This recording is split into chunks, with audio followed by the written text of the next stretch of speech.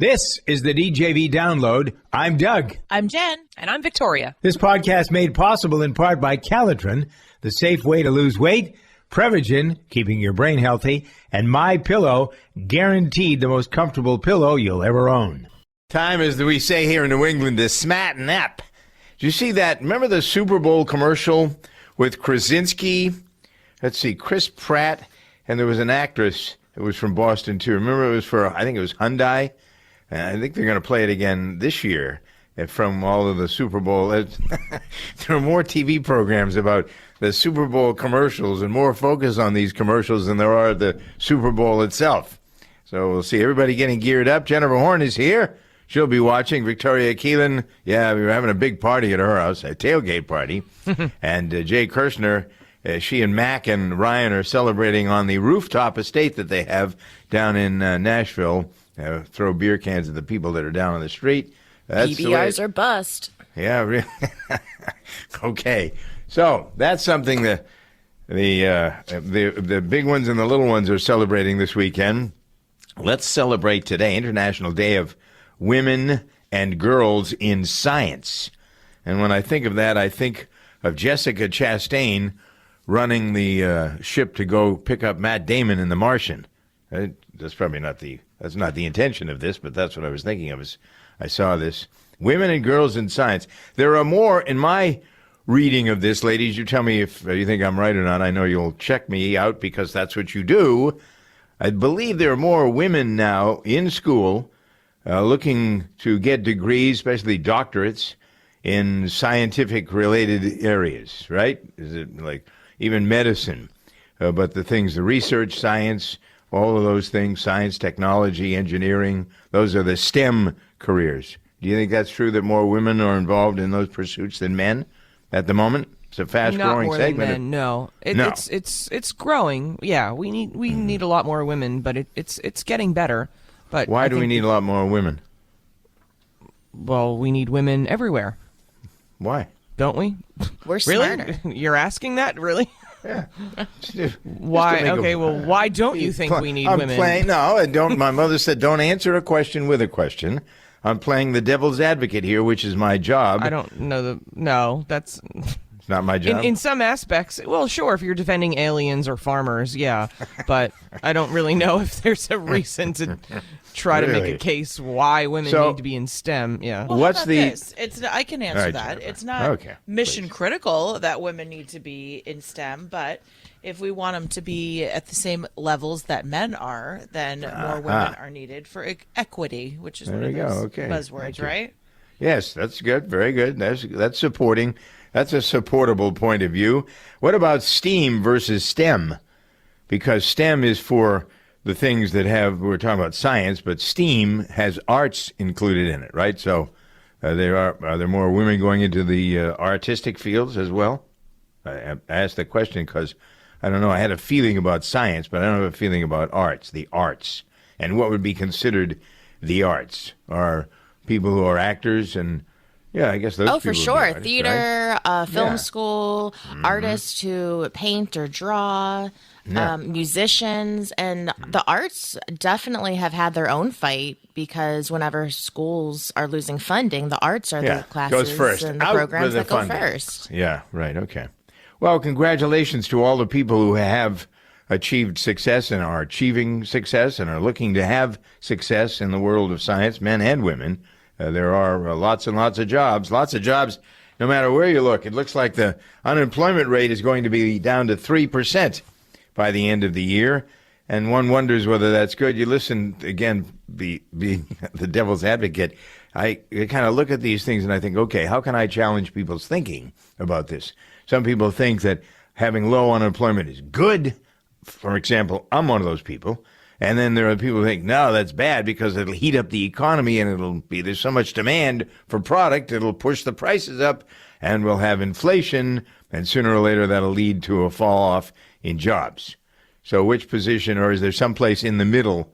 The naysayers will say, nope, it's not good. Some of the theoretical politicians and economists say, oh, that's bad. Look at this. This is terrible. Well, those people look at the dark side of the moon and think it's bright. So whether that I think full employment is very desirable, frankly, rather than people paying to take care of. I think so too. I think we want people working, right? Sure. And I think that we've seen a lot of people. I think we've seen the job market heat up. The job market right now is just so weird because you have a lot of people who are choosing to quit. They're not losing their jobs because of cutbacks. They're choosing to quit and move around. And so I think there's that element. You have a lot of people who are rejoining the job market after being out of it for a couple of years because restrictions and things are being lifted. So I think it's interesting to watch what the job market is doing. I do think inflation's a real problem. It's at a 40-year high, 7.5%. That's not a good number. People are concerned about how much they're paying at the gas tank. They're concerned about what they're paying in the grocery store. They should Used be. cars are up 40% year over year. I mean, those numbers are pretty incredible because they act as a tax. And so this is why I think you're going to see, and already you're seeing, that that's the an Biden interesting way. Jennifer, hold on a second. I'd not thought about it that way, but it is a form of a tax. Well, yeah, it's a more tax money. on the most vulnerable, right? It becomes a tax on the people. Rich people can afford to pay more, but it becomes a really devastating tax for the poor and for the middle class who are living paycheck to paycheck, and particularly the elderly. So that's why you're seeing this shift already this week where the Biden administration is saying, well, we're going to just try to do what we can do. I think Biden said it yesterday, actually, where I'm going to do the devil's work to try to get the gas prices down because not to make everything political. I know, we talked about this a few days ago. This is an election year and people vote on their pocketbook. And so whether or not this is within the administration's control or not, I think there's an argument to be made. And I think the truth is that it is a little bit in the administration's control and it's a little bit not. It's not one or the other. But I think that they're going to try to work to do what they can because for the most vulnerable of us to feel like we're being taxed on everyday items, that's not where you want to be when people are going to one vote. wonders also whether the immigration situation is going to affect the employment numbers as well. I don't know, and I'm asking this question because I don't know if, in fact, the numbers that we see reflect the illegals that are here. Are they part of the employment system, the legals who come in? And those I would think would be part of the numbers, but I don't honestly know. I've never really thought about it until now, whether or not there are so many, this open border policy is a real problem, I think, but maybe it isn't because there are so many jobs that have gone needing. Is it? That's another thing. Is that a good policy or a bad policy?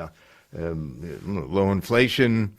Low inflation, high inflation is brought about oftentimes by, as we're suggesting here to you, by the employment realities. So what do we have? We haven't had too many. We haven't talked too much. Eyes have not been on the borders since we've been distracted by a few other things. And so, what is going on the borders? We really have been distracted, haven't we? You're asking some juicies of questions today. Do we need women? What do you think about that? Well, right? I'm curious. I am curious yellow. I think our policy on the border is atrocious. I'm sure there's other people that disagree. I'm sure there are a lot of people who think what's happening is wonderful for all sorts of reasons. Is there a reasons. happy medium? I guess that's the question. The happy medium would to have a program of immigration that works legally so people can access it and it be robust enough to deal with a claim so that people can actually come to the country legally. That's the happy medium. Unfortunately, for political reasons, that doesn't always happen. And so what you have is that 2 million people came into this country last year. And that those are just the ones we know of. There's still the gotaways. There's still the people. How many of them are homeless? How many of them have gone to San Francisco to live in or living on the street? That'd be I don't know how many of them are homeless. I think, it's really hard to broadly say who they are. I mean, what you have now is that you have a lot of single people that are coming here, a lot of single men, particularly, especially towards the end of last year. And that's kind of disturbing because Title 42, which is it's a law that the Biden administration is supposed to be enforcing, says that single men, and it singles them out just explicitly are supposed to be sent back. They're supposed to be deported. And instead, what was revealed at the end of last year is that they're actually being relocated into other parts of the country, usually at night under darkness. They take them by plane, private plane, and then they dump them off into different places. Upstate New York has taken a ton. Florida, Georgia, Michigan. These are all like hotbeds for where these planes have landed and dropped off all these men. So I don't know. I mean, you have a mixed bag. You have the drug cartels picking up. You have people who legitimately have needs that want to come into this country. You have people who think that it's nice to come into this country. I mean, there's just all sorts of people. It's hard to broadly say who it is that's coming in here. All right. Watch how I do this. You ready? Are many of them going to the Florida-Georgia line, do you think, ladies? The concert? Probably Maybe not. visit the new Country Music Hall of Fame on the they actually isn't on the Florida-Georgia line. Where is No, it? that's in Nashville. In Nashville, where the cats. All right, so what's the story? You're the expert on Nashville. What's the this museum is? I didn't think Florida Georgia line was that big. What's the? It's the Country Music Hall of Fame. It's an exhibit. Oh, it is. Huh. Have you ever been to the Rock and Roll Hall Yes. of Fame and Museum? Yes, It's I like have. that, but for country music. Ah, okay. So there's a new exhibit. Am I to glean from this that there's a new exhibit that is focused on Florida Georgia line at the Country Music Hall of Fame in Nashville? How's that for me putting it all together? That is accurate 100%. You like that, right? Yep, Florida Georgia line, mix it up. There's a big argument in country music right now amongst fans of, they call it pop country, and they're saying that a lot of today's country music isn't really country. Taylor Swift would be an example of that, perhaps? Well, I think she sort went of to pop. Publicly she made the transition to pop. How about Darius Rucker? No, he's pretty country. Lady A is a group that people have been talking about a while because they have songs on the country charts as well as AC charts. Right. Florida Georgia line as well. Yeah, there's a blending here, and it confuses people, I think. Who cares what genre music is? If you like it, listen to it. Yeah, exactly. Have fun. Well, but it makes it difficult for the radio stations. I'm thinking, I'm a radio guy. I want to make it easy for the radio stations to be able to come up with, oh, wait a minute. They'll figure There's it a new out. law that's being passed that'll take music off the radio. Ha ha! That'll be good, right? Pay all these people and the radio stop playing their music. There's a brilliant move on the part of some of these characters. 15 minutes could save you 15% or more. Wait a minute. I've heard that before. That's the note Jeremy wrote to me in my yearbook in the 6th grade. How'd you even know that? Because it's from GEICO. Yeah, wait, here it is. Dear Luke, have a great summer. P.S. 15 minutes could save you 15% or more. Love, Jeremy. GEICO's had this tagline for years because we help save people money. So wait, you're saying Jeremy copied you? Yeah, that actually does sound like something the J-Man would do. GEICO. 15 minutes could save you 15% or more.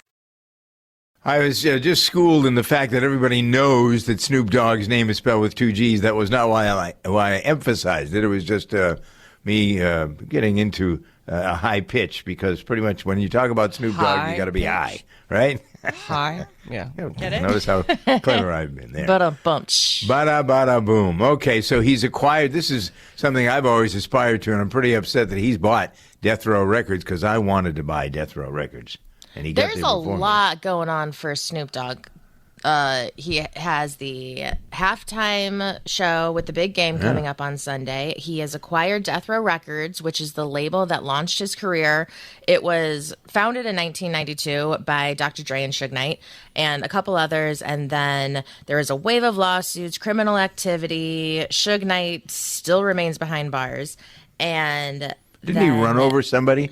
Didn't Suge Knight back That up? was just and- one of them, but yes. That is true. That's on the list. Yeah. But let's just say when J Sisters violence and like multiple murders that went along with Death Row Records and this war between the East and the West Coast. Lovely. It's a lot. It's a lot. And then in 2006, acquired an auction, changed hands multiple times over the years. Finally, Snoop Dogg has taken it back. And then other Snoop Dogg news, a woman going by the name of Jane Doe has claimed sexual assaults. Apparently here we go. she details this whole thing. It is graphic. We will not repeat everything. But she says that she went to a concert, was taken back to somebody else's house, then met up with Snoop and all of this stuff. She was told that she was going to meet with Snoop. He might make her a quote-unquote weather girl, and then he told her allegedly that he wasn't going to hire her because she wasn't her a weather girl. I know. Right, That's exactly. like so. Yeah, and then are they going to let him perform at Super Bowl? Here's the kicker. Yeah. So apparently, this whole thing, according to a source, was allegedly trying to be handled outside of court, and Jane Doe allegedly demanded just shy of $10 million, to which Snoop Dogg rejected. Now that's why the lawsuit has been filed, and Snoop denies everything. He even put out on social media saying it's gold digger season. Be careful. Keep your circle small. Right. And this is just for the Super Bowl. So Jennifer's got a good question. With all these accusations that have been proven, does he get yanked from the Super Bowl? We'll try to cancel him before the Super Bowl. Yeah. Okay. Well, they can bring, maybe Chris Noth can go and perform instead of him. No, there's nobody to come forward on that accusation either. So anyway, that's the story on Snoop Dogg with 2 G's, ladies and gentlemen. Somebody asked me the other day how he could lose his belly fat. Calitrin targets all over body fat. Of course, belly fat tends to be where everybody carries it, but Calitrin just really gives your body back what it needs. So it revs up your metabolism naturally, and you burn off those fats and sugars the way that your body wants to. So you do lose the belly fat along with just all over toning too. So does Calitrin work best with a diet, with an exercise program? Well, we have people that have had success with it both ways. Obviously, if you're eating better, eating in moderation, staying away from the sugars and the sodas, you're going to see results faster than if you're just taking it by itself. But our 90-day program, that huge 86% success rate that we have, that's just with taking Calitrin alone. So check it out on our website, toploss.com. All the information is at toploss.com. That's TOPLOSS.com, or call us 1-833-TOP-LOSS. And use the DJV code for all these specials when you check out. This is the DJV Download. I'm Doug. I'm Jen. And I'm Victoria. This podcast made possible in part by Calitrin, the safe way to lose weight, Prevagen, keeping your brain healthy, and My Pillow, guaranteed the most comfortable pillow you'll ever own.